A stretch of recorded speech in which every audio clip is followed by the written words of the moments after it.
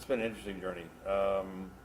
My dad and my mother, Chris Osborne, my biological father, they divorced when I was young, I was 5 years old. Then my stepdad and my mother raised me, and we moved to Las Vegas. So I went to high school and college in Las Vegas, and it was a great experience. I was a high limit blackjack dealer. I met like Michael Jordan, Tiger Woods, the who's who, the world. But it was an amazing job. It was a lot of fun. Then I got into real estate. Then I got into working with my stepdad's company in Las Vegas, Crisci. That's one of the biggest construction companies in Las Vegas. We're very blessed. And then I got into writing my book. And then Surviving Las Vegas is my book, and it's on Barnes & Noble, Amazon, and also Walmart.com. Tell us a little bit about the Surviving Las Vegas book. So initially I started writing like 10 years ago. All I'd known is at that time that what I wanted to do was help people. I've had multiple sclerosis for 30 years, ulcerative colitis for 30 years. You haven't read my book, obviously, but I've dealt with doses of suicide thoughts in the past, mental problems with depression, because MS, you're always depressed.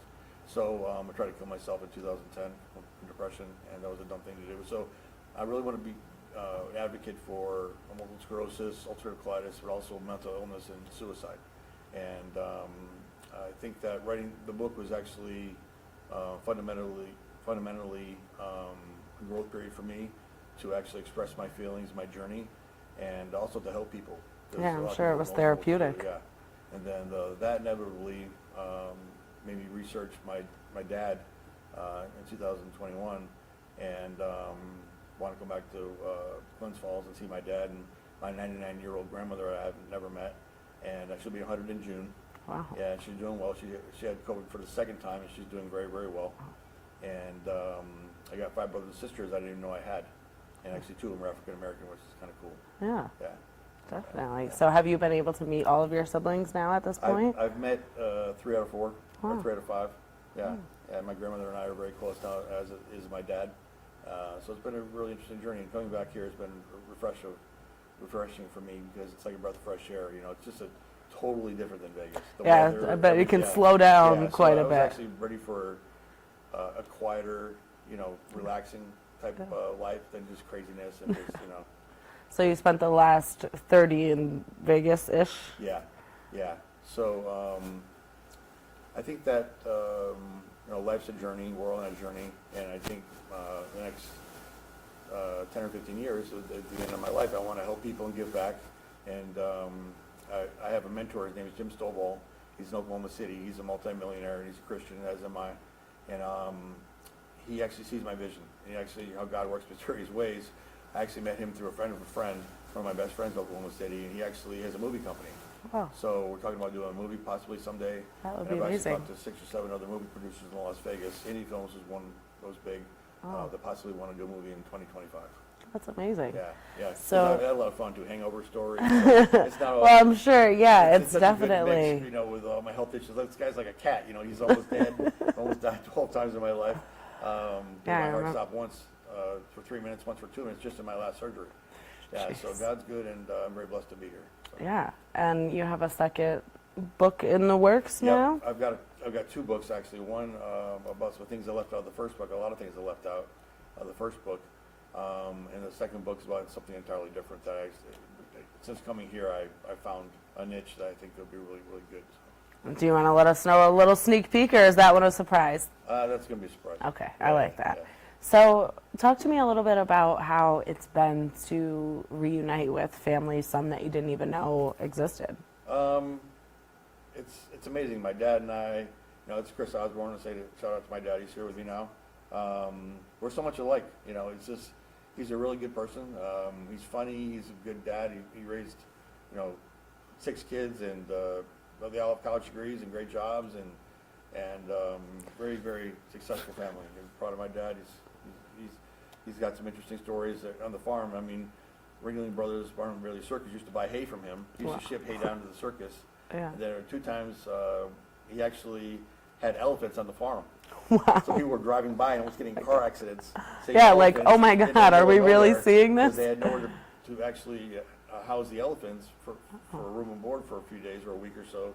And Fordan, you've got nothing but space. Yeah, so it's had an interesting journey too. My dad was a postman for 30 years and also worked on the farm for 30 years. So he had 2 jobs, very hard worker. Yeah, so clearly you get that work ethic there. My Also. grandma's the same. She's old school. She worked for the railroad as a stenographer for 35 years.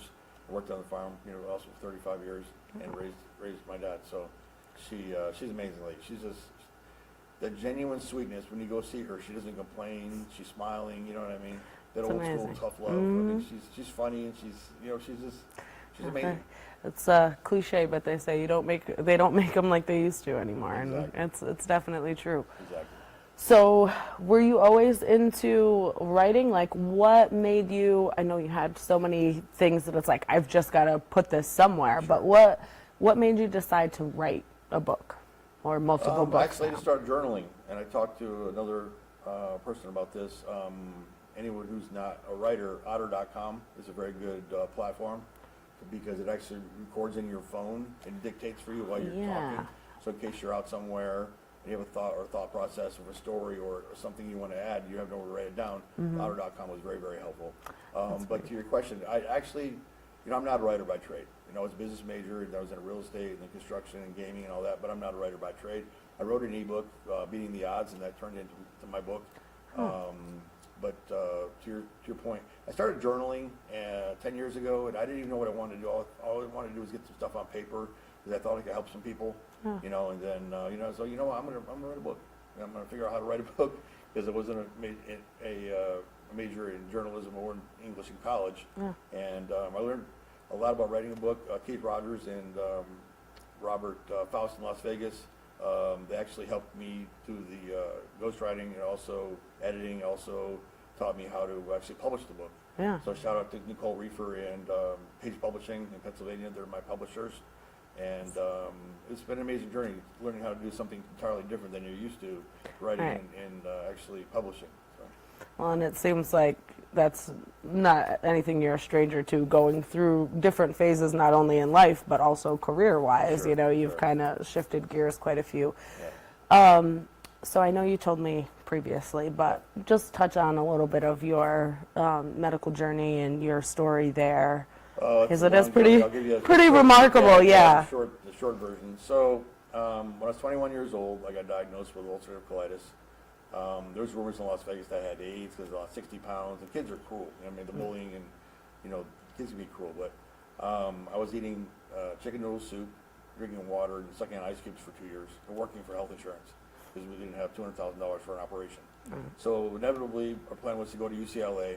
They took out half my intestine, and my intestine was so bad they had to stop the procedure for 6 hours and do testing because they thought I had cancer.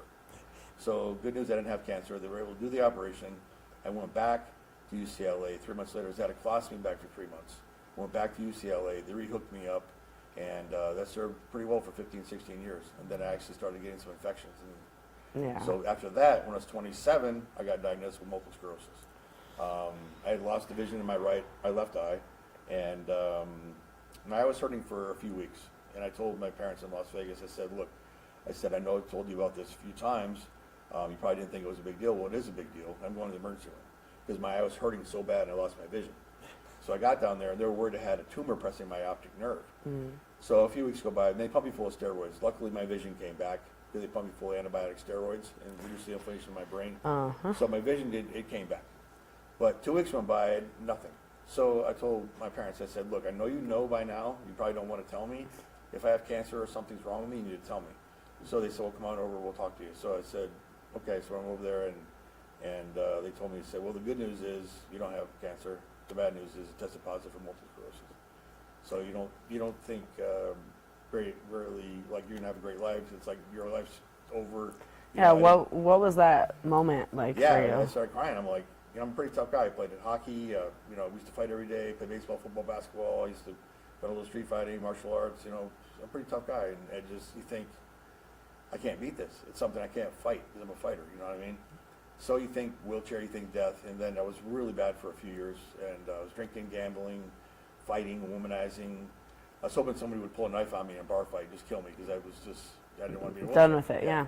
So 30 years old, and actually thanked the girl in my book for this. I met a girl who actually stabilized my life, and actually stopped doing all those things at 30 years old. So I got my life back together. Yeah, and then at 37, 38, my intestine was getting worse. The procedure didn't work anymore. You get pouchitis, which they give you antibiotics and it clears it right up. Well, after 15 years, the antibiotics don't really work anymore. Right, you're getting Your immune. body becomes kind Yeah. of immune to them. So therefore, I had to go back to UCLA, and they said, "Look, Scott, we know you're a tough guy, one of the toughest people we've had in here, but you need to cut a plastic bag or you're going to die. We know you wanted to give you a bag for 5 years. You said no. Now it's your intestine's about a quarter-inch thick. If it goes all the way through, you're going to die from sepsis." Yeah. So I'm a very competitive person, and that really, when you fight a disease for 20 years and it beats you, it's really tough to swallow. You know what I mean? So that's why one of the reasons why I try to kill myself. So it was a dumb thing to do. I was screaming for help. Actually, I had an infection in my throat that was misdiagnosed. So it was a number of things that were going on. All at once, Yeah, right? yeah. So then I got my life back together, and I'm like, you know what? Get back to the gym and start working out again, and let's see what we can do to make a productive life with what I've got. So Oh, well, yeah, I started writing my book, and it gave me a purpose. I was going to say, I'm sure many people with just one of those diagnoses wouldn't be able to still have that fighting spirit and, want to continue. So that's extremely admirable. I do want to touch on a little bit of the mental health, not necessarily with you, but how you think you can help other people, or what are kind of your plans with that? I know the book is definitely helpful. I would love to doing some motivational speaking. That would be, or even some one-on-one stuff. I did some one-on-one stuff for colitis in Vegas with some younger patients that had colitis. So anything that therapeutic that can help people on a small scale or a large scale, I'm willing to do. I think that I think a lot from me. There's a lot of things you can do to help yourself. I mean, doctors and drug companies, they make their money, but you got to help yourself. Right. You know what I mean? Well, and I was going to ask I know you said you're a godly man, so that definitely, I believe, plays a role. But what do you think kept you going? Like, aside from your fighting spirit, like what, you just have a drive for life, kind of? That, and my stepdad was kind of a drill sergeant. I mean, he hates quitters, hates losers, and I would hate to say his son's a quitter or a loser. He will never say that about me. You know what I mean? Yeah. He's a good guy, but he's tough. You know Yeah. what I mean? So that's one of the reasons. And then I just have a lot of pride. I just don't want people to look at me and say, "Oh, poor Scott, poor Scott." I don't want any of that. Yeah. I want people to say, "Oh, wow, Scott's Look at what he great. did, Look yeah. what he's done." He's got sour lemons, but he made lemonade. You know what I mean?